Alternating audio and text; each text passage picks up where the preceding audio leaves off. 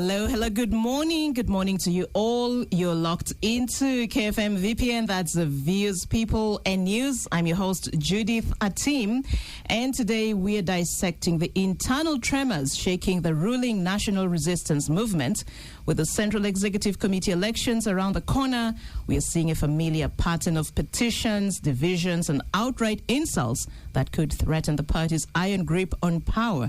And today we are asking, is the NRM's dominance at risk from within? Specifically, our topic says petitions, divisions, and insults threaten NRM dominance. And it's going to be an NRM-only affair. I'll let you know who my guests are as soon as they walk in the studio. But just so you know, the NRM is not just a political party, it is a political phenomenon that's held power for decades. But behind the facade of unity, the upcoming SEC elections reveal deep-seated cracks. The SEC is the party's top decision-making organ, and its elections are a high-stakes affair. The stakes are so high that they've triggered a wave of petitions from disgruntled members who feel cheated out of victory. In the recent primaries, the party's own electoral disputes tribunal is struggling to keep up with the sheer volume of complaints, a clear sign of the widespread discontent. But before we go into the depth of our discussion today, we'll just take a very quick look at the stories that made the news this week.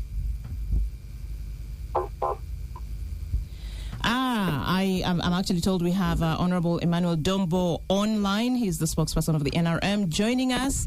Good morning, Honorable.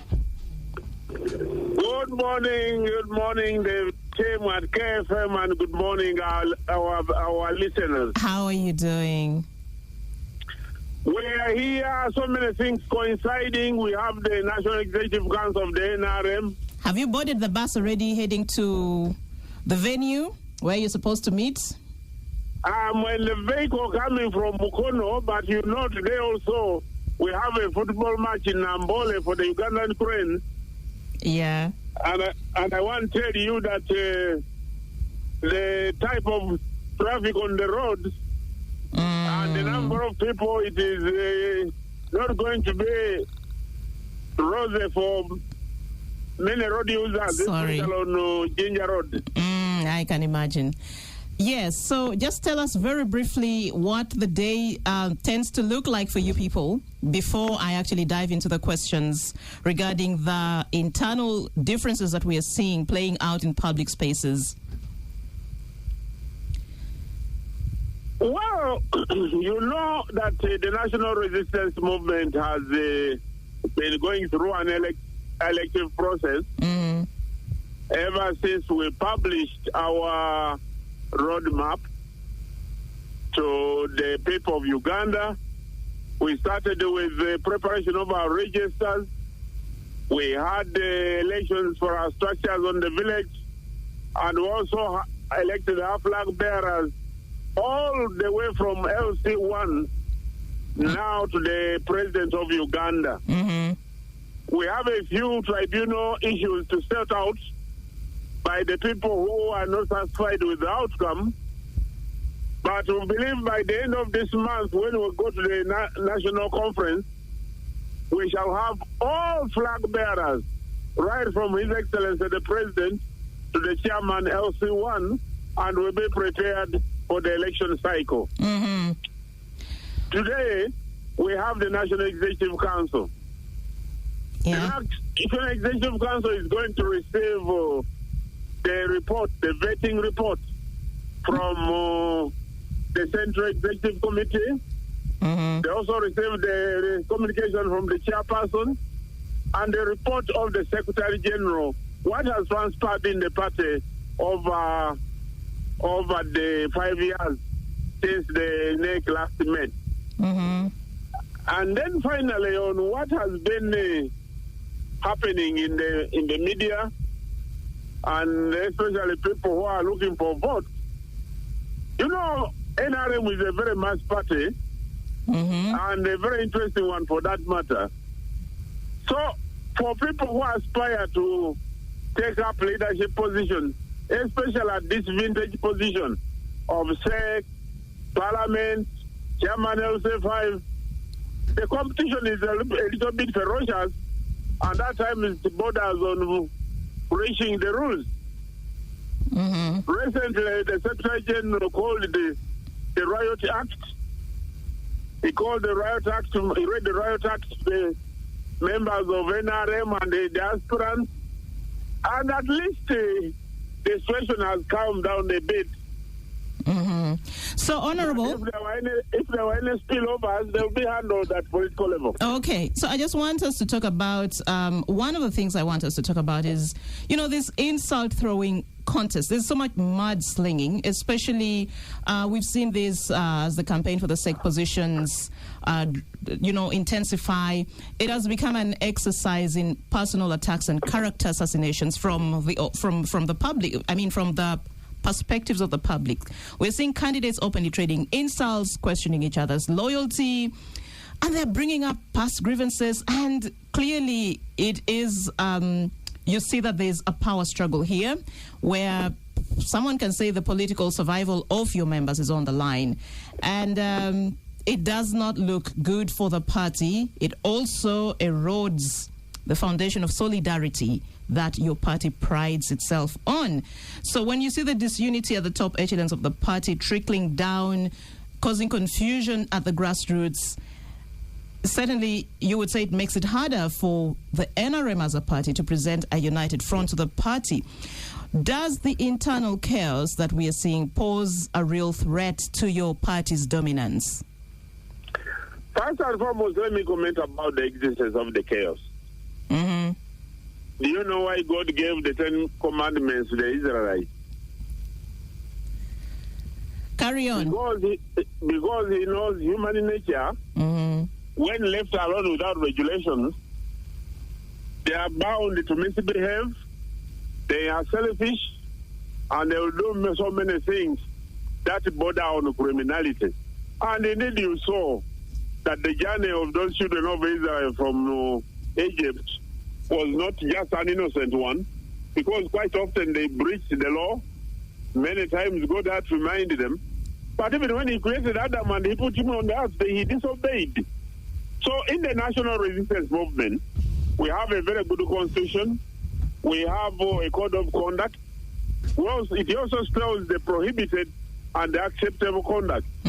But because by nature human beings are conflicted, they are selfish, at times they breach those rules. And if the one administering the rules is not strict enough, it can border on disintegrating an organization, a society, a family, or even a country. So as NRM, we are cognizant of this, and that's why the Secretary General invited them and read them the Riot Act. And since that time, the level and amount of insults has reduced. So, Honorable, clearly you have members who belong to the party but do not seem to understand or appreciate your constitution and the code of conduct. Yes, you've read but if they do, then why would we be seeing this unprecedented scales of violence and all kinds of irregularities at all the levels of elections that you've had in the last several weeks? It can't be just about human nature. There has to be something a lot more that perhaps you're not digging enough to actually understand what is going on with your members. Could be the party has not been very strong enough in enforcing the constitution. But the driving force is basically the selfishness of individuals, which is created because of bad human nature. But I want to tell you going forward, it's not going to be business as usual. Because in the various forums, the Secretary General read the candidates. He told them that once evidence becomes available, the party is going to be very stringent. Okay, so we shall wait for the organs of the party to see what they do. All right, that's interesting. So what do you think makes the current elections different from past elections that we've seen? The level of violence we've seen this time is not like what we've seen in past NRM primaries or internal elections. The scale of petitions, also the sheer number of petitions alone is like we've never seen before, and so many other trends that have emerged this time around that is clearly different from what past elections have been like. What explains this? What makes this current situation much different from past elections? By the way, by experience, I want to tell you that these elections were much better than the previous ones. Oh, really? When you look at the level of violence, when you look at the number of petitions that have submitted, when you look at the number of petitions. The only difference is that the personalities competing at different levels, it has been escalated. For instance, when you look at the Central Executive Committee, the position of the second vice chairperson, a competition between two right honorables, Right Honorable Kadaga, Right Honorable Anita Among. Both of these are very senior members of government. They are both former speakers of parliament. So a competition between them is likely to be escalated, and if not regulated, it can easily degenerate into name-calling and exchange of words. But also at parliamentary level, I think parliament is becoming a little bit more lucrative because the ferocity or the viciousness with which members are competing leaves a lot to be desired in order to be investigated what could be done. So with everything you've said, all these bickerings, especially among these two high-ranking ladies who have ascended to the country's highest legislative office, leading the Legislative Assembly, when you look at the spat between the two and also many others, do you think these cracks or these threats, these problems we're seeing, do they weaken your party? Do you think it's weakening your party or putting it in a stronger position, or do you think it has no effect whatsoever on the strength of the NRM? It is just giving us an opportunity as a party to learn more about how our members are likely to behave when there is contention and what we could do in order to improve the situation. But like I told you that I was going for another program, right now I'm entering through a lift. And if my network breaks... no, it's understandable. We understand. No, but Honorable... Okay. I had wanted to ask you one last question, but it is okay. Thank you. We do appreciate you for... Ask. Let me answer it. Just ask one last one. It has even skipped my mind a little bit. Earlier you had said you're confident that your party has a strong institutional framework. You mentioned the Constitution and the Code of Conduct. But SEC met this week, and the word around that it was a stormy meeting, especially on the candidature of the two ladies, Right Honourable Rebecca Kadaga and the Right Honourable Anita Among. So how did the committee fail to agree? No, it wasn't a stormy meeting, and I attended the Central Executive Committee meeting and almost up to the end, until when I withdrew because I had a program on the spot. Yeah. But by that time, that matter had already been resolved. What was the resolution? The resolution is that, like it happened last time during the election, Right Honorable Kadaga competed with Honorable Muganza. And they said, since the NRM believes in democracy, why don't we give the people an opportunity to make a decision? And that's what was resolved. So, it's been very contentious, no acrimony, and no exchange of hot words at all. Okay. So the last question before you go, I've just remembered, it had skipped my mind. You said when I had asked you whether this wrangles within the party weaken the party or has no interest, you said you're learning from these differences. But your party has been in power for 40 years. How much longer do you need to learn from the mistakes or the weaknesses within to do better? Every situation that comes with its own learning experience. The situations are never different, never the same, and even the players are very different. So because of that, so only helps because of the institutional memory that the national chairman has been consistent and is one, and the vice chairman has also been one, but the number of members have been changing. Okay. So the continuous reminder of what we should be doing, we are helped as an institution by the national chairman. All right. Thank you very much, Honorable, for your time, and we wish you good deliberations today at the NEC. And thank you very much, and my regards to the listeners. Thank you. We do appreciate you for that. Well, this is KFM VPN. We are discussing the petitions, divisions, and insults threatening NRM dominance. And I would like to draw your attention, listeners, to our Saturday monitor for today. The front page says Kadaga Among stay deadlocked. And it goes on to say battle lines drawn. Not even President Museveni's intervention during Thursday's meeting of the NRM party top organ managed to stop what looks set to be an explosive showdown between arch rivals Anita Among and Rebecca Kadaga, who are jostling for the second national vice chairperson female position on the Central Executive Committee.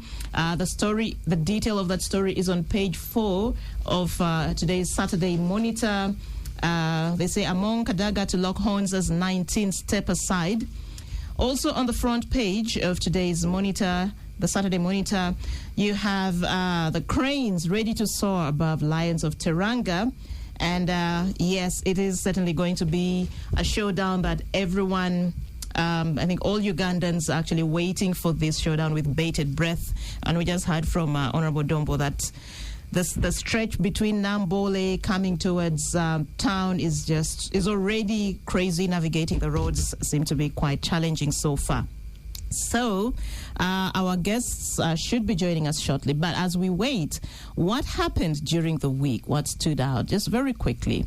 Again, we shall start with, of course, NRM. This morning, the NRM delegates are on their way to State House in Tebe to take part in the National Executive Committee meeting. The engagement is a key process ahead of the National Delegates Conference set for the 27th and 28th of August, when polls for the new Central Executive Committee will be held at Kololo Ceremonial Grounds. NRM had on Tuesday, for the first time, unveiled a campaign poster for their presidential flag bearer, Yoweri Kaguta Museveni, and the party's 2026-2031 slogan, Protecting the Gains. On Sunday, Kampala city dwellers were shocked to find barricades mounted along Nachivubo drainage channel by Kiham Enterprise for construction of business ventures on top of the drainage channel. While it followed President Museveni's authorization to the enterprise owned by Hamis Chigundu, a businessman, to redevelop the channel by constructing commercial properties above it, a decision which has caused uproar regarding urban planning and environmental concerns. Critics led by Kampala Lord Mayor Arias Lukwago argue that this unilateral directive undermines the authority of relevant government institutions and may pose risks to public safety and the environment. Meanwhile, Sunday also opened with sad news of the passing on of one of the key NUP foot soldiers, Marinos Alexandros, who came out in 2022 and proclaimed how she was a victim of torture by security personnel. Although the accused persons denied the claims, Marinos had shown her body. She presented her body with visible torture marks before the media to basically prove what she was saying. And city traders, under their body, Kampala City Traders Association, Kasita, on Tuesday began a 2-day sit-down strike in which they were protesting against what they termed as unfair tax policies. In the 2-day strike, many downtown shops were closed, several people arrested by police as the traders opposed the exorbitant taxes, delayed clearance of their goods, and so on. We also have on the line Salim Saad Uhuru, Kampala Central Division Mayor, who's competing for the post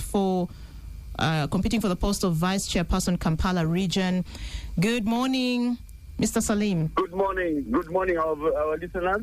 How are you doing? My name is Salim Uhuru. Yes. I'm very fine. Good to hear from your team. Are you heading to State House already, or you're not part of today's engagement? I am already at State House at the entrance, actually. You called me as I'm at the entrance. Oh, very interesting then. So we just had Honorable Emmanuel Dombo on the phone with us a while ago. We are discussing the divisions that we are seeing, the insults that are being traded, the mudslinging, the petitions, and so many other things. And we are asking the central question, does this internal chaos pose a real threat to the NRM's dominance? I think I'll just start with you. Since you're about to enter, I don't want you to be delayed by security. Not at all. It doesn't bring any threat. It shows the excitement of the people, members of NRM, participating in leadership. But can't they be excited without being violent? We can do without violence, and I actually condemn violence in any activity. But the reason our election is a mostly hotly contested election, meaning the moment you get the flag, that's why it's a do or die. When you get the flag, it's automatic win. Yeah, but why? And this time we want to take over Kampala. So we must make sure this time we get ourselves sorted as the NRM, as a party. Yes, please. Well, taking over, you say it's a do or die, but does it have to be a do or die? Is there a way to create sanity within your own party, even if your goal is to take over Kampala and even the rest of the country? Does it have to be this chaotic? Because, number one, all candidates have their supporters. And each one thinks he or she is the best. That's the fact. But the advantage now, where it is our lining up. Our lining up is the best method we went for, because we were avoiding the so-called independent leading, NRM independent leading. With this time saying we want an NRM candidate without being leaning or claiming to be an independent but leaning with the NRM. So where does the violence come? The violence come. Number one is having, for example, Salim Uhuru wins here and then they declare a team. That is where now you see a problem. Because it has happened. How do you declare a team and yet in the lining up, Uhuru is the one who won? So that is where you see the challenge. Yes, Salim, you say lining up was the best, but clearly even with lining up, your party still failed to count people who are physically lining up. We saw that happen across the country. Not failing, it is individuals. It is failing because now the issue of money has become poison. Money has brainwashed people and they failed to do what they're supposed to do because of money. For example, a registrar is paid 20,000 shillings a day. Me, a candidate, I will come and give you 5 million. You get it? So that was not fairness. And number two, it is us individuals, not the party. It is us individuals and us candidates who are misleading the wananchi. Yeah, but why is this so? So this is an interesting thing that you're raising. The issue of money has become a problem within your party. But on the other hand, your party says it is a mass party. It is a party that is so loved by people. That's why people are fighting so hard. But when you now bring in the issue of money, it looks like your party is drawing people who are simply interested for survival, for their own interest, not because they actually genuinely believe in what the party stands for. Because if you are drawing people who understand the core values of your party, ideally we shouldn't be seeing this kinds of mess that we're seeing. That is not true. I can still stand here firmly and saying the NRM party is still the most loved party amongst all political parties. For example, Madam Atim, let me give you just a snapshot. The recent elections of the youth, we swept 95% the whole country, not Kampala, but the whole country. Number two, the LC1 chairpersons, 90% are NRM. But it was also the most chaotic youth elections that we've seen. That is true because you know our youth how they are, but we as a leader, I am a district chairman of the NRM in Kampala Central. I am in charge, I am answerable, I'm supposed to see, I mobilize and organize all these structures of NRM to see, first and foremost, this is an internal election. Being an internal election, it's not going, we do not mean to eat ourselves to death. We should accept one candidate is better than another. And we must have one candidate. Okay. So do you think your party has a strong institutional framework to actually resolve the differences that threaten to actually tear it apart and to bring you together under one house, speaking with one voice, working for one vision? I can bet nothing is going to intimidate us, nothing is going to threaten us, nothing is going to scare us. We are still with the community, we are still with the people, and the people will decide. So I can firmly confirm we are still in as long as the people believe in us. Okay. So are you saying you are not in any way worried or concerned as a party that this internal bickering could actually weaken your party to a point that it actually gives the opposition a foothold to gain ground over you? This internal bickering is very healthy. Me, I love it because when someone comes and talks of your weakness, you take charge of that and take it as a starting point. But if you keep all the time in an internal thing and you all keep quiet, but the bickering between us is very healthy. I believe in it. Okay. Yes, I believe in bickering. So, that's not a problem. Yes, Salim, how crucial is the position of Kampala vice chairperson relevant to the structures and working of the party? The position of vice chairperson Kampala region, it is the highest decision body of the party. Mm-hmm. And being the highest decision of the party, you will be like, for example, me lobbying for my members lobbying for Ugandans will be much easier. You have seen everyone is looking for His Excellency the President. Everyone is looking for him. Mm-hmm. So the moment you uncheck, meaning you will be sitting with him, discussing issues hurting the communities. For example, you just talked of the business community striking. Mm-hmm. I am a businessman at the same time.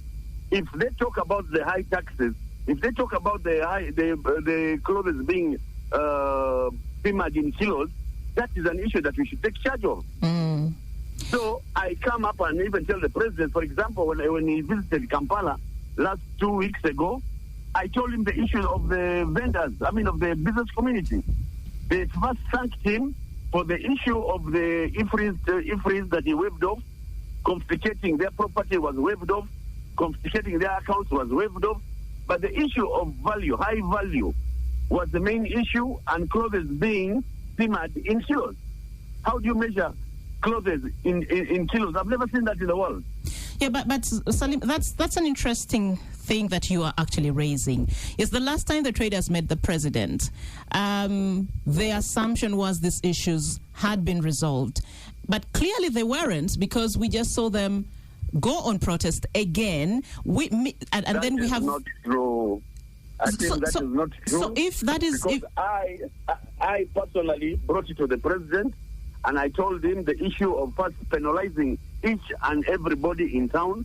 That was the business community that we all came out and striked. You remember?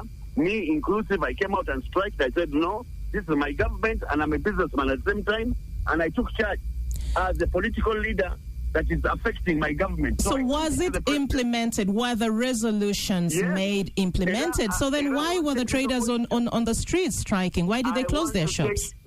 No. I want to take this opportunity to thank His Excellency for listening to the business community. Why? Number one, all penalties were waived off. Meaning, if they assessed you 10, 20, 15, 6 million, all that was waived off. Number two, the accounts were frozen by URA. They released them. The containers were confiscated, were seized. They were released. That's the truth, Madam Atin. So then where is...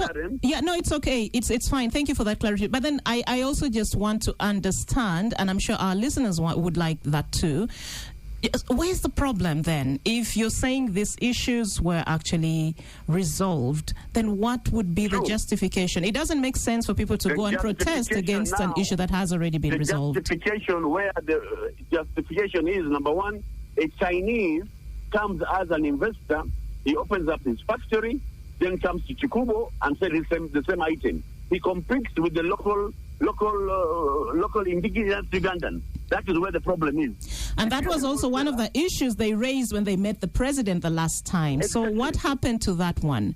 That particular aspect of... where it is, that is now where the next issue is. But so far, at least something has been done. Let's be honest. Okay. Something has been done. But still, my prayer is, I still call upon the president. The issue of clothes has come on and on and on. Enough is enough. Let him come out and sort it like other neighbors, our neighbors, our country, our fellow neighbors. Okay. Who do not measure in kilos. Yeah, so one last thing, still on the line of trade. We did not see, or we don't seem to hear the voice of the Ministry of Trade in all these issues that have been happening this week, because you'd assume as the line ministry responsible for all matters related to trade, they would have spoken. As a businessman in the city and also a member of Kasita. What we decided, at times these ministries are sleeping. So we decided to directly engage the Commissioner General of URA, because he's the main person and Minister of Finance. So then why did the Prime Minister also have to step in? Because she's the head of government business. Amzalo called her and told her, you are the head of government, please intervene. So you're saying the business community does not have confidence in the Ministry of Trade. Is that what you're saying? At times, because there's nothing coming out from there. Let's be honest. There are issues that the Ministry of Trade is supposed to be handling. Not everything that the president should come and handle. Not everything. This thing should be independent, that they can have some good ideas and listen to the Wananchi. Okay. Because we're getting, without the business community, we shall not get money. All and right. I encourage all Ugandans are willing still to pay, but they want to pay free, fair valuation of their goods. Thank you very much, Mr. Salim Uhuru. Thank you for your time. Welcome and good to hear from you. We look forward to having you on the show another time. Have a good day. Inshallah. All right. All the best. Thank you. So that's Salim Uhuru, Kampala Central Division Mayor. He is contesting for the post of Vice Chairperson, Kampala Region. That's in the NRM. We've certainly had a stretch of the discussion looking at the NRM situation and also what has happened, transpired within the business community this week. Thank you very much. We take a break now, and then we will return and continue with our discussion on petitions, divisions, and insults threatening NRM dominance. Welcome back from the break. This is KFM VPN Views, People and News. I'm your host, Judith Atim. It's 9:36 a.m. and we're still continuing with our discussion. Petitions, divisions, and insults threatening NRM dominance. We've heard from two senior members of the ruling party, Honorable Emmanuel Dombo, and now the last caller we had joining us was Mr. Salim Uhuru, Kampala Central Division Mayor. Like I told you earlier, it is an NRM only affair on the show today. We are looking, of course, at the internal issues that are shaping the party's internal elections, but also, broadly speaking, the upcoming 2026 general elections. We have on the line Farida Chibowa, is contesting for the position of NRM Women's League. Good morning, Farida. Good morning, how are you? Fine, thank you. Good to have you joining us on the line. Good to have you too. It seems to be a very busy day for you people. We can't get a hold of any of your members to join us here physically in the studio, but we're happy that you can still make time and join us via the phone. So just tell me, how is your morning so far? My morning is fine. I'm looking only one day to the election. Okay, have you reached the venue? Yeah, we are on our way. We are going from it in Uganda, and tomorrow we are expecting all the delegates to get for accreditation in Nakawa. Then after that, we shall be having all the delegates that are going to elect the special interest group where I belong. And the voting there will be Monday. We are supposed to be in Kololo very early on Monday for election. But tomorrow, election. Today, we are going for the National Executive Committee in the State House. Yeah. Okay, so thank you. So we are looking at, of course, a lot of issues affecting your party and shaping your internal elections. I want to start with the upcoming SEC elections and the cracks that we are seeing within the party as the party's top decision-making organ. We know this is a high-stakes affair, these elections, and we've seen several issues emerge. We are seeing a lot of mudslinging, a lot of internal strife, a lot of things going on within your party. And I'll ask you the same question I've asked your colleagues, the two colleagues who joined us earlier. What does this internal chaos tell us about your party, and do you think it poses a real threat to the NRM's dominance? First of all, I want to remind you that NRM is a mass party, and it is the party in government. And of course, what is happening now, we are actually doing what we call internal democracy. We are trying to identify leaders in the party that has leaders right from the village up to the national level. It is like a national activity. We are like having a national election. So you expect to have some bit of change. But for me as a party member, because I subscribe to the NRM and I believe in its values, I know everything will be solved. And what I want to assure the people who are listening to us is that NRM is actually practicing what even other political parties should do. Because we do not just appoint leaders to take leadership roles and responsibilities in the party, but we go down to seek for votes, we seek for mandates to lead the rest of the NRM party members through voting, democratically voting the leaders. Like, for example, all the categories of people are captured. Like, for example, in my case, it is the women. We also have the young people being represented. We also have all categories, elders, people with disabilities. Nobody is left behind in the NRM party.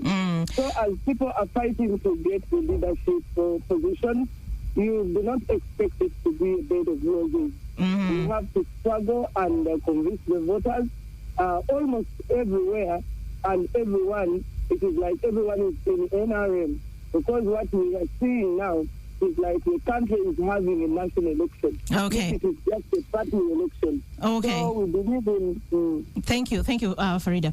So you say you are a member of NRM because you believe in its values. And NRM is a mass party. All your members say you draw a lot of people in because people genuinely love the party. What is attracting all these people to your party? The only advantage that the NRM has, we have a chairman of the party who doubles as the president of this country. The chairman of the National Resistance Movement, that is General Kampala 7, is also the president of this country. And what is implemented in the manifesto, the manifesto that is implemented is the NRM manifesto. So we believe in his 40 years of existence. We believe in all what has been achieved in these 40 years, and it makes it different from other political parties. Okay, and so... that is why you see... Carry on, please. Sorry to interrupt.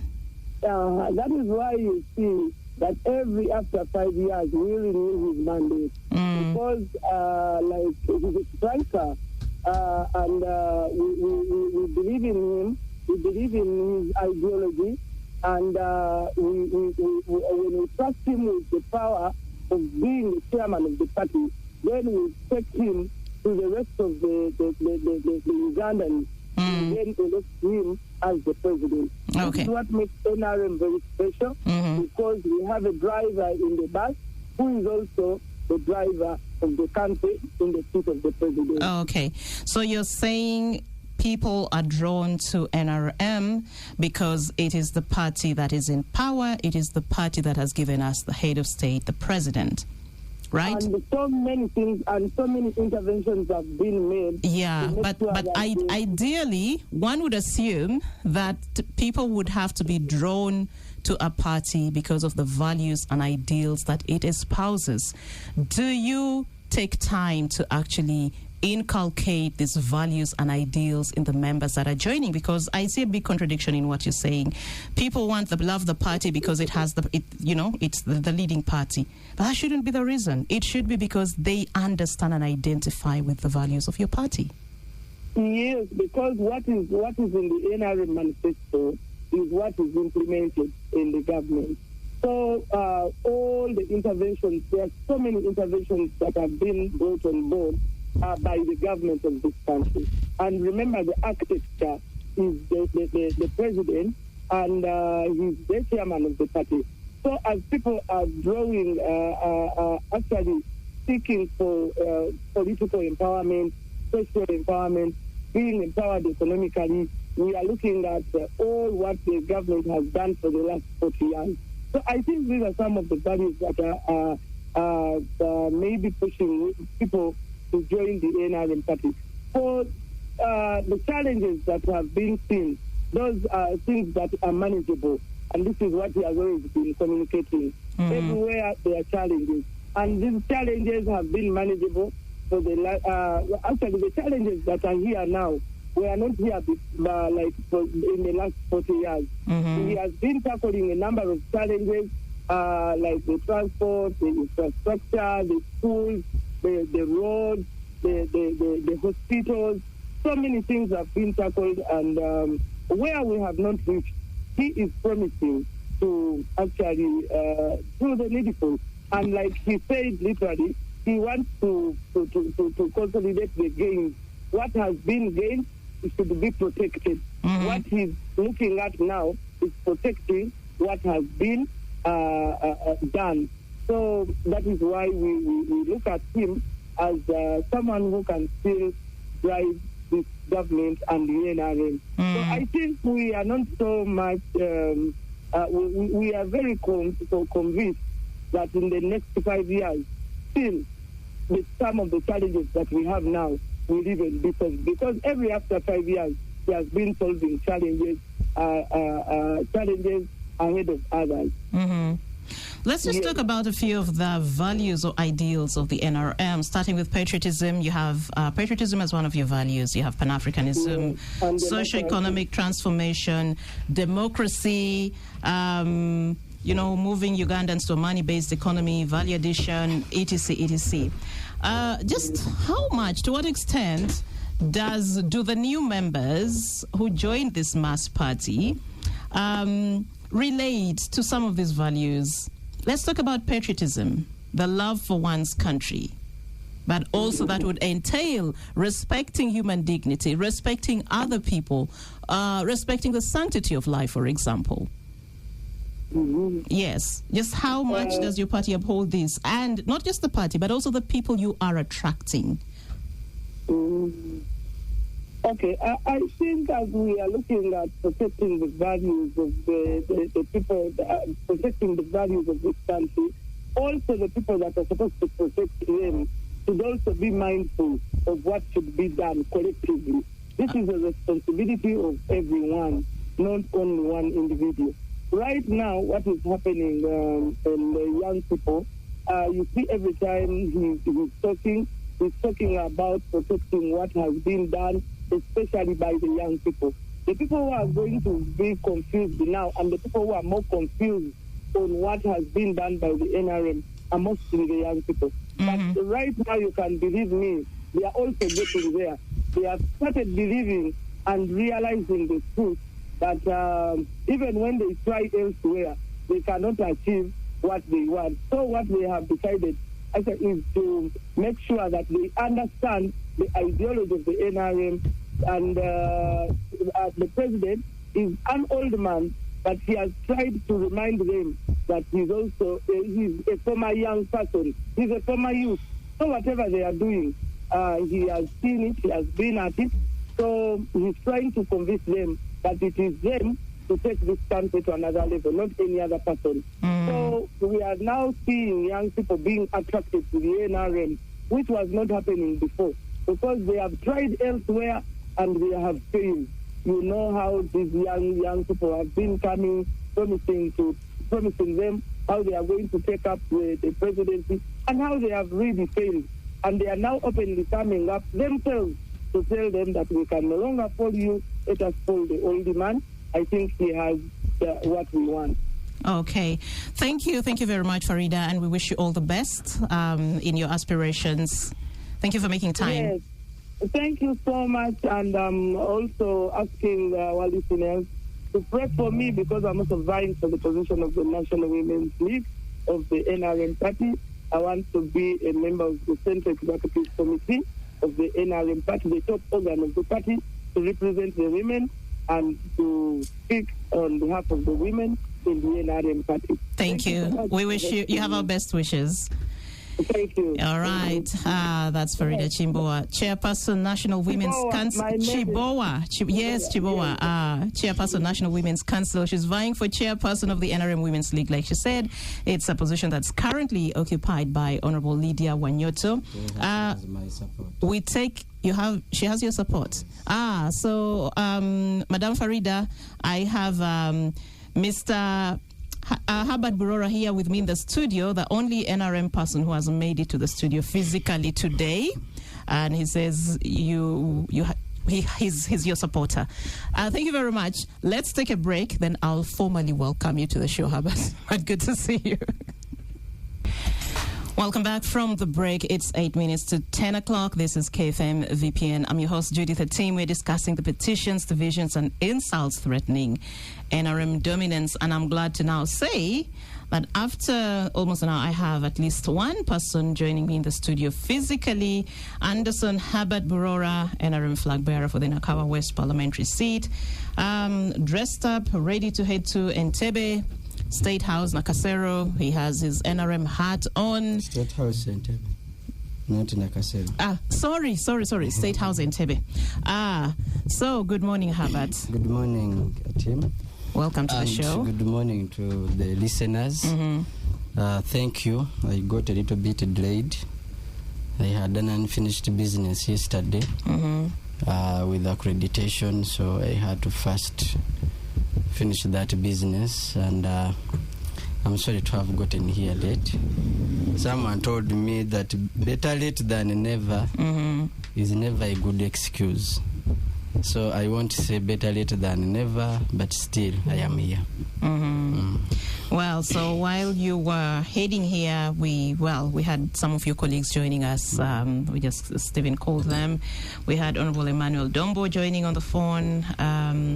We also had Honorable Salim Uhuru and Madame Farida just a few minutes ago. You walked in when we were discussing with her. So we are talking about first of all, what are your expectations for today? I know Honorable Dombo told us today NEC will receive the vetting report from SEC. You will also have the communication from the party chairperson. You will also receive the report from the Secretary General on what the party has achieved over the last 5 years. Beyond this, what else are you expecting? Well, beyond this, as an individual, this is going to be my first time to attend NEC, the National Executive Committee. Before, I participated in the National Council, which is the general platform for all party members who are in different structures across the country. And I don't expect much today because the report of SEC, well, it's unfortunate we won't contribute. We also had reservations, but also some of us at the moment we are studying because we intend to give a shot of how best we can improve on the affairs of the party. We want to be able to discuss the recently concluded elections, party primaries, the challenges and which would be a very, very good platform to raise some of those challenges. But that would happen only if we had sat the district delegates committees, discussed, had reports forwarded to the Secretary General. The reports are condensed into a few pages, then presented to the SEC. Then SEC comes also to the National Council to respond or give directions or make improvements or amendments from the recommendations from the district executive committees or district executive conference. We won't have that opportunity. We need reforms in the party. We need some reforms. When we amended the constitution in 2015, we gave powers for the chairman to do to appoint now the positions of Secretary General, National Treasurer, Deputy Secretary General, and all their deputies and other positions to be now made technical. Before they were elected among us members, at the moment they are appointed and names forwarded to the president, and now SEC approves those names on behalf of the party. Now, we didn't discuss deeply on the roles of the Secretariat and the roles of the party itself in mobilization. We left Telakuna. The Secretary General is supposed to be the chief mobilizer and the chief anchor of the party. If he is technical and no longer political as it was, then who turns to be the chief mobilizer? SEC cannot direct individuals in SEC, can only take their frustrations in SEC, not to the Secretariat. The Secretariat can only communicate and take orders from the chairman. So how will the chairman have ample time to listen to all the party frustrations and grievances and challenges and what, then have time to solve those or even have a remedy for them? I certainly think not. So we have quite a number of things to me. Now, these are my thoughts, and I think these are also the thoughts of some of the members in the party. We won't have time because we left Telakuna. When we made amendments, we left some missing gaps when we made amendments in 2015. And those effects now can be seen that we don't have a chief mobilizer now because the Secretary General is technical and he can do as and when he has a budget or when he has sought maybe clearance from the chairman. Okay, so let's talk about the role of the chief mobilizer because NRM throws the word mobilization around a lot. What's the role of your party? Seems to be about mobilizing. Mobilizing for what? Political parties, to survive, they must have a clear strategy of mobilization. Mobilization is quite a very huge thing. It entails resources to mobilize for resources to run the party. It entails mobilizing these structures to run the party through coordination. Because if you let leaders who are in the structures running parallel lines with the party, you fail to know where exactly there is a problem to resolve. You fail to know where there are grievances. All these need mobilization. Mobilization is not about holding a microphone. Please come join the party. Please, this is the NRM. No. It entails, I would say mobilization is coordination. The Secretary General is supposed to coordinate all of these structures. We have structures from national to the village.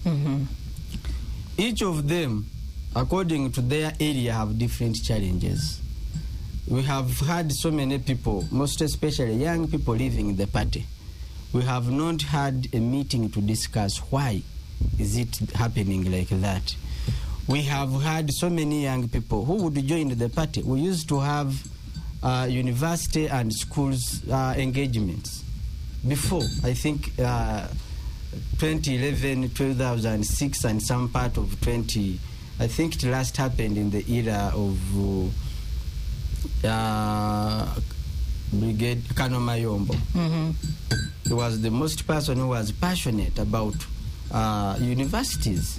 The Kahindo Tafires then when they were in school, Mama and Babazis when they were still mobilizers of the party, they would have these structures where they would engage universities, engage young people. Young people would leave university coming to the NRM. Today it's the contrary. Okay. They leave universities, they go to opposition.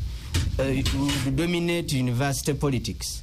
At the moment, we are lost. We just have an institution within the party to deal with the young people, but also not empowered to the fullest. But so how about the Secretary General has time to mobilize all of these structures to function in the interest of the party. I'm actually glad you're raising this because I think our observation also as citizens, as journalists and across the board has been that our institutions of higher learning, which have traditionally been good platforms and spaces for civic engagement, have been demobilized again. And by who? Still by the ruling party. That is the sentiment that goes across. How? So if you are, go and hold a discussion, demobilize, because they are dead. That function of the civic engagement in universities is no longer existing.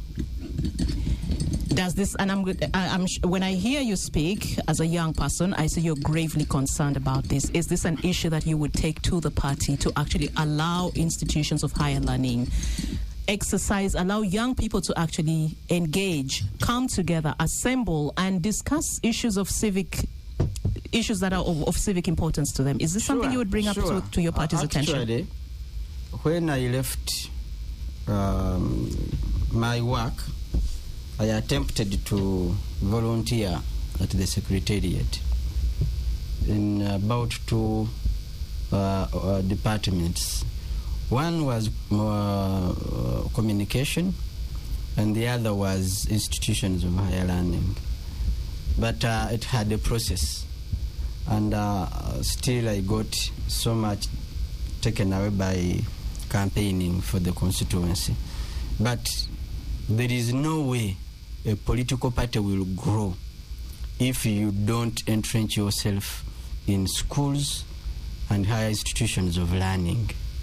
If you don't interest yourselves in making sure you dominate those areas, because those are the areas, first of all, whoever has to join elective politics or has to join the party to lead, he has to have gone to school as a qualification. That is 1. 2, people who are coming into your party, where are they coming from? Have they participated before? Have you engaged them before? Do they know you? That's why we have a challenge now that you have people coming into the party 2, 3, 4 years, and they want to shoot to the highest offices of the party because we have no tradition. We have not laid a tradition that can be followed and respected, that this is how, if you want to go through the NRM structures, for example, if you want to be a SEC member, you must have been a member of the party, actively participating, having held positions gradually for at least 15 years. 15, to be a member of SEC. Because it has to come with institutional memory. It has to come with a rich background that you want to participate and lead and be a member of the highest body of the party, and you have no history of the party. We have no loyalty that we know of you in the party. We have nothing we know about you, and you want to be a member of SEC. To me, that would be the last thing to think about. I am thinking now in terms of the party growth, the strength of the party, and also the continuity. This would give people to know now, if I am aiming at SEC, first of all, I have to be a chairman of a district. Have you been one? No. Okay. First of all, I must have held these and these positions within the party. I am not talking about party being MP, yes, like now, being a flag bearer of the Nakawa West constituency. I am the chairman of the constituency in the party, but I am not the chairman of the district. But I have at least held that responsibility. I carry the trust of the people. Now, I would have now 5 years to exercise that. So if I am to say the party must grow, all members coming in, we have a youth league. For example, this youth league, how has one performed? How has he recruited for the party? How have the young people joined the party in that area? We don't just hold positions, but we also have targets. As a party leader, I must have targets. As a woman chairperson of a district, you must have targets. Have I tried to recruit the women to join the party? The point you're making here that my biggest takeaway is there should be room for growth. You must earn your place here. Yes. Let's take a break and then we come back and welcome back from the break. It's 10 minutes past 10 o'clock. This is KFM VPN. My name is Judith Atim. I'm your host. We're discussing the petitions, divisions, and insults threatening NRM dominance. And with me in the studio, I have Mr. Anderson Herbert Morora, NRM flag bearer for the Nakawa West parliamentary seat. Herbert, before we went to the break, you emphasized the issue of growth within the party structures. People must earn their places to actually go for SEC positions. Now I want us to talk about SEC. And if you're listening and a Ugandan, I just want you to understand why we are having these discussions. This is not just about NRM. The SEC elections are not a matter of internal political contest within the ruling party. These are elections which will determine the leadership that will shape Uganda's political and economic future if the NRM is given another mandate in the coming elections. Herbert, the SEC is the party's topmost organ. Just tell us about the SEC, the role of the SEC, not just for the party, but also in shaping the direction for Uganda. Well, I think this is one opportunity I have had. SEC has about 5 roles, and each of the roles feeds into the national day-to-day operations or contributes to the national organs of the party and the government and the country. One of the basic, the first and the most important is formulation of the party policies. SEC is SEC is more supposed to be like a think tank of the party and the government, strategically. Formulation of the party policy, which develops and reviews policies, positions, which guides the party engagements with both public and the government. So all of these, why we have the speaker attend SEC, we have the government business leader attend SEC, we have the chief whip attend SEC, and all of those other positions that are linked to government, is to make sure that, for example, if Parliament is going to pass a law or a policy, SEC should discuss this policy, widely consulted within the party, give a position, because the party, we have intertwined two things, they function as if they are one, and one has swallowed the other. Government has swallowed the party, but the party owns the government. And any decision that government has to take that is key, the party must contribute, because this government, the mother is the party. The chair, the president, is given to the country by the party through a popular support and vote. So, to formulate any policy, to guide any policy, you were talking here earlier about traders. I heard you talk about it with Uhuru. The party ought to have had a position by now, SEC. Because in SEC we have entrepreneurs there, we have workers there. They are linked to all of these sectors. There is a chairman of entrepreneurs. There is a chairman of workers. Where trade, we think trade now, is encompassed. So our chairman of entrepreneurs and workers ought to have come, as of now, to tell us what the traders are going through and how government can participate and what is the position of the party. Chairman now, who is the current SEC member, who is Rukari, should be giving us a position of what these traders are going through as a party in SEC. And SEC should have made a communication to the president. A report should have come earlier that we have encountered this, the country is going through this, ABCD, and you ought to have participated to guide the government now. You were asking the minister, where is the voice of the minister? The minister is a member of the NRM. Are you seeing the coordination? So we have not had an active SEC giving strategic guidance to the government.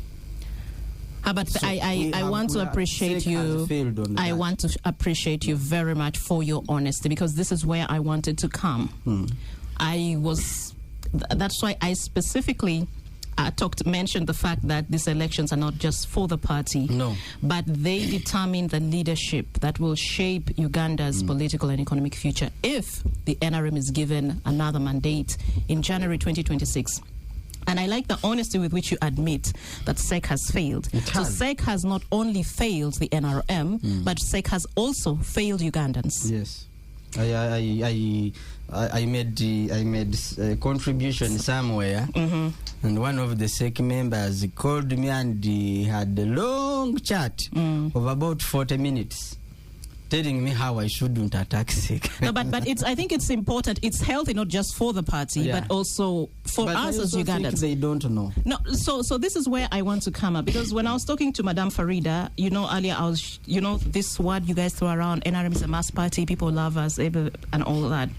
And her thinking, she said, I asked her why NRM is attracting all these numbers, and that's also why I was asking you to unpack mobilization for me, because I also think even within your own party, people do not understand what mobilization really is. They think it's about getting the numbers, and probably where you're going wrong is getting the numbers of people who are not aligned with your own values, who don't even understand what the party stands for.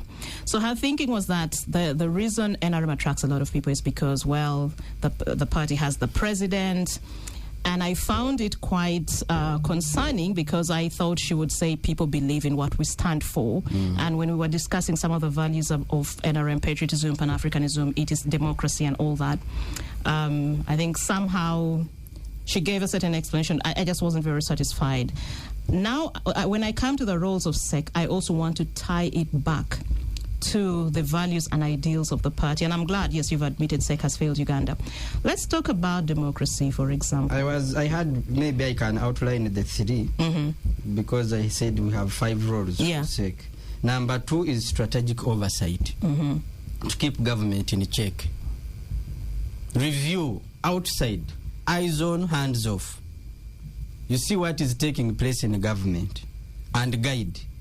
Tell them, here you are derailing, you are getting off the road, the route the citizens want. You are getting off the necessities that we must emphasize on. So it has to do strategic oversight. Advisory role to the chairman and government. You need to advise. You are talking about human rights. You are talking about respect for life. You are talking about governance. You are talking about all of these things. The powers of SEC and some of these leaders in SEC, that's why you have different departments, is because every department that has a threat, we have a representative there to communicate to government. That according to what we are seeing, we are outside, you are inside, so we see more than you can see. This is what you are supposed to be doing. Coordination of party structures, I talked about that earlier, to make sure that all party structures are functional. The veterans, the youth, the women, the disability, and the mainstream. Then lastly is conflict resolution and disciplinary oversight. We have seen also SEC being in a position whereby no one can resolve conflicts within SEC. Yet they are supposed to act as those pillars where everyone runs to. You had the other day contestants of SEC, each attacking the other, and no one is coming out to say what you are doing is wrong. This one abuses the other, another one responds, because we are watching. Tomorrow there is no way you are going to tell Burora. We had the other day senior party member running all over media, for example, abusing me because I won an election and the wife failed. I lost. There could have come the Secretary General or the chairman, the first chairman or second vice chairman, or the chairman of Uganda, for example, to call to order that person. But we saw that no one was bothered. And that is why partly SEC should be resolving part of those resolutions. So those are the 5 key. I've not been able to explain. But that gives us a very good idea and overview. And I want to go back to the issue of trade that Salim Uhuru earlier talked about. He's a businessman, and he said, because when I asked him why, instead of involving the Ministry of Trade, which is their line ministry, they had to reach out to the Prime Minister instead. And he said, look, we do not have confidence in the Ministry of Trade. Interestingly, it is the NRM, which is the government in power, that is responsible for appointing people to all these strategic and important positions at the different ministries, departments, and agencies. And I want to assume all the members, or many perhaps, in the Ministry of Trade, from especially the political wing, I'm sure many of those are NRM members. So then, when you talk about the failures of SEC, I think anyone can clearly now see where the mismatch then is. But then, why is it aware of its own weaknesses, or what exactly is the problem that cannot be fixed? Because I told Honorable Dombo earlier that you can't say that you keep learning. I know learning, yes, it's a constant process, but 40 years in power, certainly you should be able to get certain things right. Where is the problem? Well, I think we have surrendered our responsibility to nowhere, and we have substituted our interests from national to individual. If you look at for example, our trade, we are all talking about politics. Everyone is talking about politics. The other day, you had the whole political party, the whole city, up in shambles, running of just drainage, reconstruction and development of a drainage. And everyone is making noise over a drainage. It's not just a drainage. Businesses are closing downtown. You have not heard. Traders are fighting for themselves. Traders, because you have a Lord Mayor who owns no business, who is not a businessman, who is a politician. So are you saying you're actually in support of that development? Let me explain my point. This goes across.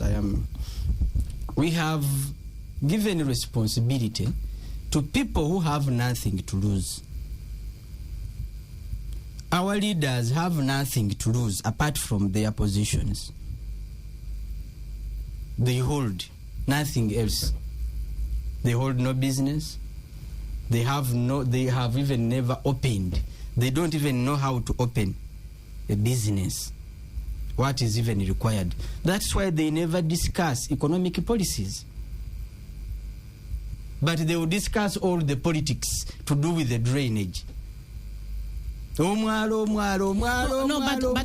you see, it is. I don't think it is just politicization. There's also the technical, the environmental. There's just so many facets. It's not small. No. It is not small. You see, if the environment is not well managed, all these things that you're proud about will be dismantled. Leadership is collective responsibility. This has nothing to do with the NRM or NOP or FDC. But the president is the one who signed off the HAM projects as the highest. I am giving you, yes, if the president has been presented to a better idea, a good idea, what do you want him to do? What is wrong with developing a drainage channel? But what is wrong? Herbert, what is wrong with giving it value? Because I am not a technical person, but I think it would, and I don't want to go into a discussion to justify. I can ask the questions, but I wouldn't certainly understand the science, the engineering, the environmental, the ecological aspects of that channel. So I'm not the right person here. However, my concern is And I know NRM has a lot of smart people, very highly educated people who can actually lead this country. So if the president is making a decision, because I would also have loved, in the letter, I would have loved to see also the technical, something solid and substantial, not just saying, I think it's a good idea. What makes it a good idea? What safeguards do we have in place to ensure? Those are the technicalities. Exactly. So I am asking, you have smart people. Why can't they come out and tell the president and give alternatives? If it's a good idea, help us understand why it is such a good idea. Guide the president so that the rest of us also know. Perhaps we wouldn't hear the noise that you're talking about of, politicization, politicians hijacking good ideas. So again, that is an indictment on your own party and the people inside. I don't think that has anything to do with the party. It has all to do with the government. But you own the government. You actually said it earlier that the party owns the government. The party can only advise, but it cannot run a government. But SEC is because clear. all the technical persons, unlike other governments, all technical persons are not recruited. And this is correct. This is our biggest concern as a party. That as a party, we don't contribute to the recruitment of staff in government. We've put an open check as if we are not a party that has put government in place. And most of these challenges, look at the people who leave government. Where do they go? They go to opposition. But they have worked in the government for a long time. So there's all also of you, these we are talking about, these are small issues. When you were talking, I just remembered. Be concerned with the development of the but I just remembered that's a small thing. Just recently, the IGG was talking about more than 100 and something thousand people who bribe to get public service jobs. I don't know if you've seen that. I have seen that. As a party, is that something that you also want to reflect upon? Because clearly it also has a bearing on the kinds of problems that we see in our country. If we are to discuss about public service, we need about 2 hours. That will be another time. That would be another time. Yes. So don't ride me into public service. But I was telling you the biggest challenge we have, even in the most top organs of government, we don't have cadres. We don't have patriots. We don't have people who are interested in the affairs of the country. That's why I am telling you that we can't have traders have their merchandise where money is sitting and not working, who have loans, high interest loans for your information, sitting at URA for 5 months. And no one is coming to resolve that. Because URA is a custodian. Whatever you tell them to do is what they will do. You tell them do this, they will go and implement what they have been told to implement. They have nothing to do with the traders. They have been told to deal with the traders that way. So who told the traders to deal with who told URA to deal with the traders the way they are dealing them with? That is the problem. Uhuru has nothing to do. The minister may not change the law, but when we are making the law that URA is implementing, where were we to foresee this? Where was our parliament? Where was our members of parliament? Where were they to clearly? Because they don't own businesses. They are dealers. They are just commission workers. So, in my view, and that's where now SEC comes in. We have 1 minute. SEC ought to have had someone, because to be a member of SEC, for example, in entrepreneurs, you must have that background. You must have been registered. You must have a company registered with the National Chamber of Commerce. So that you understand the dynamics and the issues of that sector. Yes. Thank you, Herbert. Let's take a break, and when we do return, we're opening our phone lines 0392 933 933, 0393 262 933, 0393 262 934, and 0751 933 900. We shall be discussing, we would like to hear your thoughts about the NRM as it heads into this crucial internal elections for the party's top leaders in the party's top organs, and that is NEC, SEC, and so on. Give us your thoughts after the break. Welcome back from the break. It's 26 minutes to 11 o'clock. Our phone lines are now open. Do call in and give us share your thoughts with us. Hello. Yes. Good morning. Hello. Who is this? Kawoya from Kawempe. Good morning. Good morning, madam. How are you? I'm fine. Thank you for calling. I appreciate you are starting the country very well and the party NRM. I like the program. Thank you very much. Now, this is the solution I have. Mm-hmm. Let's take meetings for matters political be more frequent than none. The reason is politics is ad hoc. So problems are likely to arise all the time. So if take meet most often, then all those problems will be sorted. For God and my country, there is more. Thank you. Kawoya says SEC should meet regularly because if it does so, then all the problems we are seeing shall be addressed timely. Yes, hello? Okay, do give us a call 0392 933 933, 0393 262 933. 0393 262 934, 0751 933 900. This is KFM VPN. We're discussing the petitions, divisions, insults that are threatening NRM dominance. With me in the studio, I have Anderson Herbert Brora, NRM flag bearer for the Nakawa West parliamentary seat. We are discussing, of course, we are asking whether all the internal chaos that we've seen play out in the ruling party, whether they pose a real threat to the NRM's dominance. We also have been discussing what makes the current elections different from past elections. We were talking about the role of SEC, and we just heard from Herbert here that SEC is not just about NRM. SEC is about the whole of Uganda. It's responsible for formulating party policies. It is the think tank of the party and the country by extension. So if SEC does not think clearly, then certainly the whole country is in a mess. But do give us your thoughts also about SEC. What do you think about SEC itself, beyond the elections? This is VPN. But Herbert, I think we can still be discussing as we wait for other callers to join. I think Juma is on. Juma, good morning. Good morning, sir. Good morning. How is Busega? Busega is fine, cool, with the green pasture, having our first roundabout and one first flyover directly to M2. Thank you. That sounds good.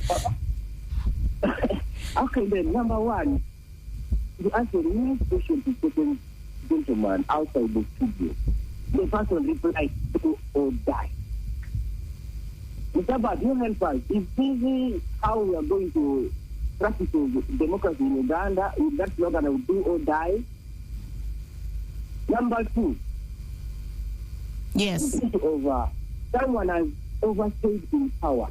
This time around, I'm going to put Museveni aside. There are those who have in position of leadership for quite cool. And they tend to be like they're going out of idea which can develop the party structure very well.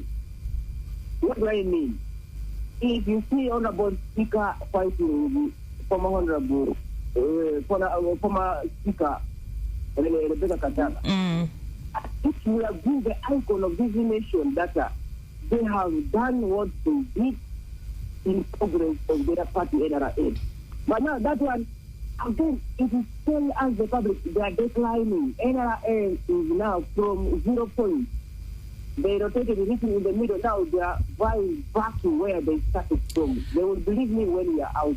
Juma, do you think this is a threat to the dominance of NRM? All this chaos that we are seeing, the infighting, the mudslinging, the name-calling? Exactly. It is a threat because now the bittery within the internal party members, always NRM members, they feel proud when the opposition, they are still bickering within the opposition side. They are always Now, when some of them were giving you their side of it, that shows that NRM is very strong and is becoming stronger than before. That is lying themselves. They're not lying the public. Thank you very much. Okay. Well, thank you. Thank you very much, Juma. Juma says he's touched on the issue of transition, overstaying in power, and also the fight between Kadaga and Among. Of course, in his opinion, this is not giving the party a good image. I think as we wait for another call, let's just have your quick reactions to this too. Kawaya says SEC should meet regularly so they can actually nip in the bud the issues that emerge. Yeah, the issue of transition. I think not only SEC, the party should have, actually, according to the guidelines, all party organs must sit at least twice a year. And SEC of recent had turned itself into the only engine without any other support from other parts of the party, without consultations, without engagements, without what. And that's why, for example, all these government programs, for them to thrive, you don't need the chairman or the president to run around the country. You have a party. Attach the party leaders to these programs to give you regular reports about the performance of the these programs. So you would suggest that the PDM tours, for instance, by the president should not, he doesn't really need to move around. You just need to have your functional party structure. The president doesn't need to go to the people to find out that these young people who are looking for jobs are buying them from the district service commissions. You have a chairman of a district who has the same coverage as the local 5 chairperson of a district. This is a party chairperson, this is LC5 chairperson. They run the same jurisdiction, they have the same interests. As a party, I would need to have a fully functional structure of schools. If in your area schools are not performing, what's the problem? But don't you think the president also loves these tours? Perhaps he finds it an opportunity to meet people, to show himself like, I'm the president. Let him come where are we with reports that in Mpigi, for example, these are the reports I have received from the chairman of Mpigi. The functionality of the schools, of the hospitals, of the road network. Why people are turning into opposition is because in the party we think that talking about the challenges of the community, you are now in opposition, which is the biggest problem I have as an individual. That raising challenges does not make you opposition, but you are tasking the government you elected. Actually, the opposition shouldn't be saying anything. It should be me who elected the government. So I should have the primary role to demand from government. So you think this censorship within the party is to a large part responsible for the problems that we see, that within the party no one wants to be seen as a rebel or an antagonist? Hello. We have a caller. Hello? Madam Atim. Yes, good morning. Hi. Good morning. May I know who I'm talking to? Sam Crazy. Yes, Sam. How is Kawepe? Did you say you have Burora there? Yes, Burora is here. Burora is a disappointment. Why do you say so? Those are the people who bring chaos to this country. You remember when he came out to fight corruption? He came out to fight corruption in the parliament, which had clear evidence of how these people were misusing government money. Young people were rotten there. Then, at the end of the day, he's on the same thing. He was crushed. Now, how can you have such a leader that is standing against Senyoni? How can we make a choice of such a person with all values? That one is part of the rot in NRM. As I say, can a rotten tree produce good fruits? That party is rotten. It can't produce. So are you saying Burora is not a good leader? He is terrible. He's disaster. He came to fight corruption. Within no time he has joined the bandwagon. Those are the people like this IGG. Who is that one? Betty come here. No, but also, Sam, on the other hand, I also think we should appreciate Herbert's honesty, telling us things within the party that a lot of people would be shy to talk about. No. You cannot stand up and say, I'm fighting corruption in Parliament. You point out things where evidence was produced, a lot of evidence, how money was being misused here and there. Now there you say, I understand you went and campaigned. Where he was campaigning, he said, they were going to break me. I had nothing to do. So I said, let me join them. He's there to get money. He has no value. He's nothing. Someone will beat you. Wow. That's heavy. But I want you, I mean, you're a politician and you're used to these kinds of things. Like, I am the weaker one here, actually. It's my heart. It's me who is trembling because if I were in politics, if I were in your seat, it would... Let me ask. And that's why I don't want politics. Go to school. But... I wonder how you go to school. No. I think let's address the issues. Let's address the issue here. Let me respond. I don't know how you go to school, you learn English, even speak English, but your level of comprehension. So you are calling to compliment actually what I am doing, that I am doing a very good thing, but at the same time, you are raising it as a wrong character. So I thank you, my brother. Anyway, okay, but I think the question he raised was, you were fighting the very establishment that you've now joined. So what drove you to join? Is it like you've joined NRM? That when you did I join yesterday? You were also fighting it, he says. So then why have you... I joined NRM yesterday? That is not a question for me. You know how it's me asking the questions here. But are you in NRM for the money? Did you say those things that, I was beaten, they were going to break me? Because again, we are also alive to the challenges a lot of people have. But you can just respond to that. Let's discuss. You don't want to talk. It's important too for him and to a lot of people who are listening. You and him. I am non-partisan. I'm a journalist. If it's just a matter of me siding with him, we wouldn't be having this discussion. It is a serious issue. It is a serious issue. And I think also as a leader and as a politician, it's not good for you to deflect. Address the issue. Are you in NRM for the money? Yes or no? No. Good. We proceed. We proceed. Listen here now. I have been in the NRM ever since my conscience was clear. When was that? How long ago was that? Which year was that? Actively in politics, it's been 15 years. Okay. And prior to that? Actively. Prior to that, you were still a young person who could not even decide where you want to be. So, I have never been in any other political party. But, you see, people like him, they think that if the house is dirty, you burn it. Or you leave the house. No, you clean the house. We have so many people who have left the party. What has changed? What have they done? Nothing. So I believe I don't have to fighting in parliament. Yes, this is my government. I elected it.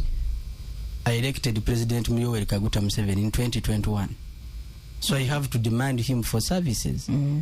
If the government is not performing, that's what I was telling you, that the role of the party is to hold the government in check oversight, as well. Put government in check. I can for this, he may not. I know that as a party, NRM is different from government of Uganda. For government of Uganda, 5 years now we are going into elections. You say everyone is coming back to the party. 4 years, none was coming.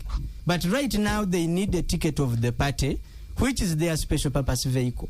Now, to me, I will say the entire 4 years, let's account for what we are doing, so that in the next 5 years, when we are campaigning, we have what to show, we have what to tell people, we have to tell them that this is what we are going in addition to that, what we have done. So I don't have to say that to critique, I have to be against. No, I am against that specific thing.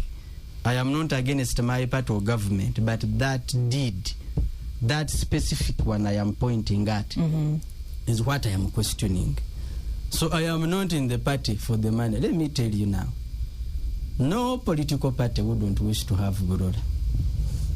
don't think it's there. Including my party. Have they tried to quote you? I went. Have other parties tried to quote you and say, look, we would work with you here? So much I don't like discussing. But I had you don't have to mention. You don't have to mention, but you can say yes. Even when I was at RCC at the inception of NUP, they called on to me, come, we form this party. I said, no, there is no way I can leave. I have a government, I have a party, they have trusted me, they have given me a position, I am working for it. 2, I don't go for benefits. At him, I would be very, very rich in this country had I chosen the path of benefiting. In that discussion of parliament, you don't know how much money I refused. Okay. Anyone, including that person who was calling, wouldn't even think about to deny. But what? Here I am. I have a clean record. No one will claim, brother took this, brother is this. That's why when I say something, people now respect me. That's why when I make a voice, it will be heard. Why? I have presented myself as a patriot. I have presented myself as a person without a price tag. That's why people will come out to say, if brother is saying, listen to him. What does brother what? Even call me here. If you knew, if KFM knew that brother was corrupt, brother was this, brother was this, I don't think would be giving me an opportunity. So, Herbert, another issue. Now that the issue of the fight against corruption came up, and it was a parliament issue, and we know the hotly contested position in SEC right now is the national female, the vice chairperson, female. Second vice chairperson. Yes. Pitting these two strong ladies, former Speaker Rebecca Kadaga and the current Speaker Anita Among, who we know very well during the Parliament exhibition online. We know the things that you were saying and also the kind of trouble it landed you into. Is your position, what is your position on the person you would prefer? Is that something you'd be comfortable to discuss? Right now, we are in the party, not in the government. I strongly, earlier on, I reiterated about it. I believe these 2-3 positions are positions of privilege. The chairman, the first vice chairman, and the second vice chairman, male and female, those 2 positions. Because those 2 positions are, one, they are not sector-led like other positions. The chairman for Eastern is responsible for the affairs in Eastern, not Western, though they are elected nationally, but they represent those areas. So these positions, to me, we have about would 6 be minutes left to go. for people who have a history and institutional memory or party memory in the party, who have been there. They have understood the challenges of the party, but also reserved them for some reasons. And that's where my sister, my friend, people think we are enemies, but I never take things for... we are fighting over public issues. We have nothing personal. That's where I think that my sister, Anita Among, who is now my party member, because she's now a fully registered member of the NRM, would have given opportunity to Kadaga for some reasons. 2, this is where I think, as a party, we need to have a tradition. Right now, we have no tradition. Anyone can convert today, and the next day they go for the party positions, which, to me, I think we should have some reasons of preserving them. In a related question, Herbert. So I'm just curious to know how your loyalty has significantly shifted to AAA now. And I'm also asking myself, is this a condition for, she had a case against you in court. Is this a trade-off? Support me and we drop the case? Or do you genuinely believe in her as a person, her values, her character, her leadership? This, you believe genuinely in her capabilities? And it's not conditional. I don't use the word loyalty. Loyalty is a very, very big thing. For me to be loyal to you, it calls for so many Okay, things. so you're not loyal to her, but you support her. I don't even think I support her. Then But why would you endorse someone you don't support? Right now, what I am talking about, we are talking about party, not individual interpretation. That's where people get me wrong. Yeah, but Kadaga is also a member of the party. No, I am not giving an individual or my personal feeling. No, we are talking about a party, a national party. If we start exercising our feelings, then we lose track of what we ought to have done, because we are basing. I'll start going tribal. I'll start say. I just get a feeling that this is a difficult question for you, No, and I think it's making you quiet and comfortable. I can answer in two ways: in my personal opinion and in the party interest. Your okay. So are those two the same? They are not the same. And it's okay if my personal opinion. Fine, I can get your personal opinion and also the party opinion. If you're okay to share it, now, yes. For the party, we don't join the party because of friendship, and we don't belong to political parties because of comfort. We have an ideological setup on top of everything, and that is very clear. To me, personal. To me, I join, I defend, I belong anywhere for reasons that are actually not comfortable for me. We all don't say that we want President Museveni to be in a power for life. Is the voting by secret ballot? In the party. Is the SEC voting by secret ballot? No, it's by lining up. Okay. It's not that we don't want, but for strategic reasons. We say no, according to this, let the chairman be. So not because individually we all would wish to have someone else, but for some reasons. So if we start discussing personal feelings and opinions, we lose track, and that's where people sometimes misunderstand me, because I can say, no, this is personal, this is public. I think I get you clearly. So you guys are going to line up to vote your SEC members. And we just saw how lining up happened, the problems that it came with in all the other lower level elections that you've held.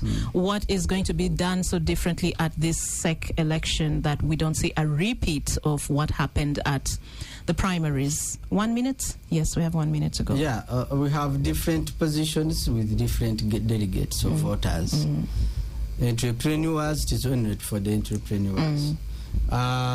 Workers, women, the special interest groups, they have their delegates. Now, for positions now that are SEC position, national, general, Eastern, Western, everyone comes back to the vote. But also, we shall vote in regions, which brings the numbers to lesser numbers to manage. But also, we have known numbers. We have known numbers that this region has this number of voters. For every voter is accredited. You have a tag that has a security seal. There is no breach. It is very hard for anyone to enter the voting area who is not qualified. So there are several measures that are not in the other election, because this is unorganized and maybe accredited, so much security in a place.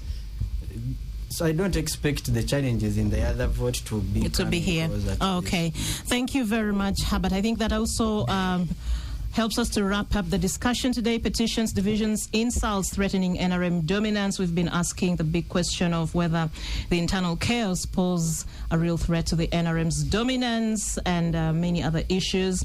So today the NEC is receiving the vetting report from the SEC. They will also receive communication from the party chairperson, report from the Secretary General on what the party has achieved over the last 5 years. Herbert is heading to State House in Tebe to join thousands of his colleagues who are already making a beehive for the venue. And we wish you all the best. We wish you good deliberations.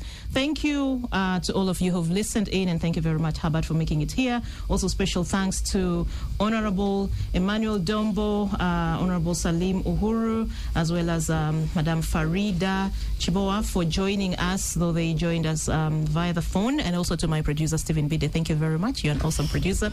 And VPN returns next Saturday, same time. Until then, it is a good weekend to you.